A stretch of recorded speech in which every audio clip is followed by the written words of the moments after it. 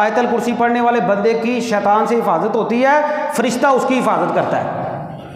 اچھا یہاں پر ایک نقطہ میں اور بیان کرنا چاہتا ہوں، اگر آپ کہتے ہیں تو وقت آپ کا ہو رہا ہے، ایک چھوٹا سا مسئلہ آپ کو بتا دوں۔ روزے آ رہے ہیں انشاءاللہ اللہ کی رحمت کے ساتھ، یہ تقریباً کوئی 90-95 دن رہ گئے ہیں اللہ کی رحمت کے ساتھ۔ اللہ تعالیٰ میری اور آپ کی زندگیوں میں برکت دے دے، اللہ ہمیں رمضان تک پہنچا دے۔ اچھا یہ جو مال تھا یہ کون سا مال تھا جس پر ڈیوٹی لگی تھی حضرت ابو ہریرہ کی؟ ہاں جی، فطرانے کا مال۔ اچھا فطرانہ کدوں دیندے ہو؟ روزیاں کہ روزیاں تو بعد؟ رمضان میں آخری دنوں میں دینا ہوتا ہے۔ نبی پاک کہتے ہیں کہ جس نے عید کی نماز پڑھنے سے پہلے فطرانہ دیا اس کا فطرانہ ہو گیا، اور جس نے عید کی نماز پڑھنے کے بعد دیا اس کا صدقہ ہوگا، اس کا فطرانہ نہیں ہوگا۔ اچھا یہ جو بندہ تھا جو حضرت ابو ہریرہ بار بار پکڑتے تھے، یہ کون تھا؟ شیطان۔ یہ کس نے بتایا؟ نبی پاک نے۔ اچھا ہن حدیث کی ہے، اللہ کے نبی فرماتے ہیں کہ رمضان میں شیاطین جکڑ دیے جاتے ہیں، شیطان جکڑ دیے جاتے ہیں۔ تو ایک کتوں آیا سی؟ ہن دسو حضرات، ہن دسو، آیت الکرسی سارے پڑھنے آ سی۔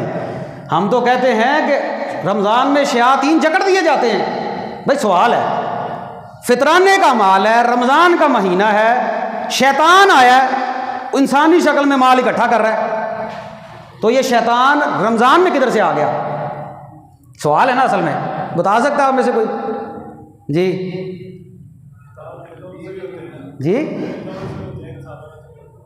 نہیں ہے تو جنوں میں سے بھی انسانوں میں سے، یہ آپ کی جگہ بات ٹھیک ہے، جزاک اللہ، لیکن یہ ابلیس تھا، یہ کنفرم ہے، یہ ابلیس تھا شیطان جس نے سجدہ نہیں کیا آدم کو۔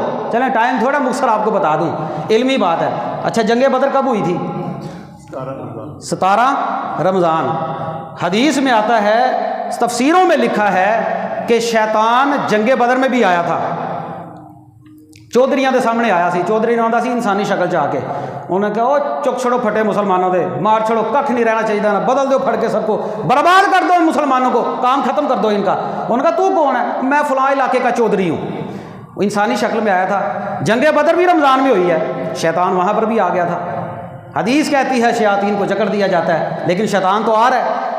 مسئلہ سمجھ لیں، اللہ کے نبی فرماتے ہیں کہ مارادۃ الجن، جو بڑے بڑے سرکش شیاطین ہوتے ہیں نا ان کو جکڑا جاتا ہے، ان کو جکڑا جاتا ہے۔ یہ جو ابلیس شیطان ہے نا اس کو نہیں جکڑا جاتا، یہ نہیں جکڑا جاتا، اس کو چھٹی ہے۔ قرآن کہتا ہے الی یوم الوقت المعلوم، قیامت تک کے لیے ابلیس کو جس نے حضرت آدم کو سجدہ نہیں نہ کیا اس کو چھٹی ہے۔